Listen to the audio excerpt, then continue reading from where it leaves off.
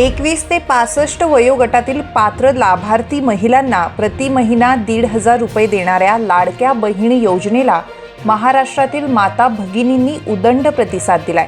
राज्यात सध्या लाडकी बहिणीचाच बोलबाला आहे। सध्या महिला मंडळात, बचत गटांमध्ये, महिलांच्या व्हॉट्सअप ग्रुपवर या योजनेची चर्चा सुरू आहे। नोंदणी करण्यासाठी आयोजित शिबिरात महिलांची झुंबड पाहायला मिळतेय।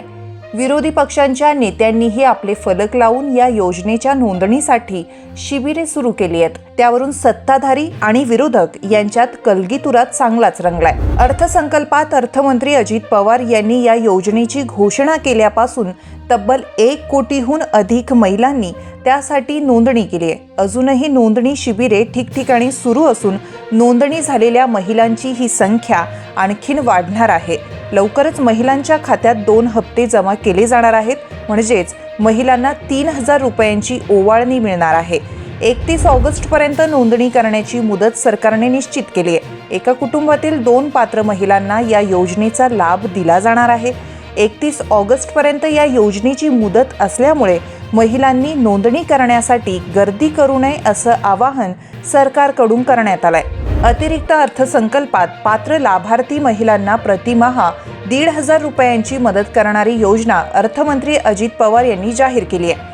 त्यावर अनेक पक्षांनी आपल्या सूचना मांडल्यात। मुस्लिम महिलांना या योजनेचा लाभ देऊ नये अशी भूमिका मनसेचे नेते प्रकाश महाजन यांनी मांडली होती। दरम्यान या योजनेसाठी तब्बल 46,000 कोटी रुपयांची तरतूद करण्यात आली आहे। महाराष्ट्र सरकारची ही योजना हा मास्टर स्ट्रोक मानला जात आहे। मध्य प्रदेश सरकारच्या धर्तीवर ही योजना महाराष्ट्रात लागू करण्यात आली आहे। या योजनेवर विरोधकांनी प्रश्न उपस्थित करण्यास सुरुवात केली आहे।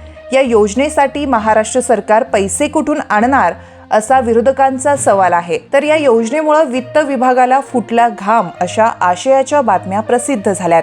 त्यामुळे राज्याच्या आर्थिक स्थितीबाबत संभ्रम निर्माण करण्याचा आणि या योजनेला बदनाम करण्याचे प्रयत्न देखील सुरू झालेत। मात्र मुख्यमंत्री एकनाथ शिंदे, उपमुख्यमंत्री देवेंद्र फडणवीस आणि अजित पवार हे या योजनेच्या अंमलबजावणीबद्दल पूर्णपणे निशंक आहे।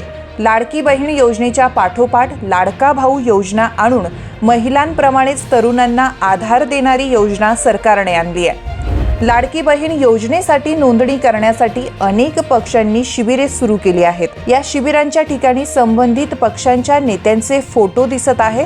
उद्धव ठाकरे, शिवसेना, शरद पवार, राष्ट्रवादी आणि काँग्रेस या पक्षांनी ही शिबिरे आयोजित केली आहेत। मात्र या शिबिरांमध्ये चुकीचे फॉर्म भरून घेतले जात आहे। चुकीची माहिती दिल्यामुळे योजनेचा लाभ सरकारकडून नाकारला गेल्यास सरकारची बदनामी करता येईल, हा त्यामागचा डाव असल्याचा आरोप भाजपचे आमदार राम कदम यांनी सभागृहात केलाय।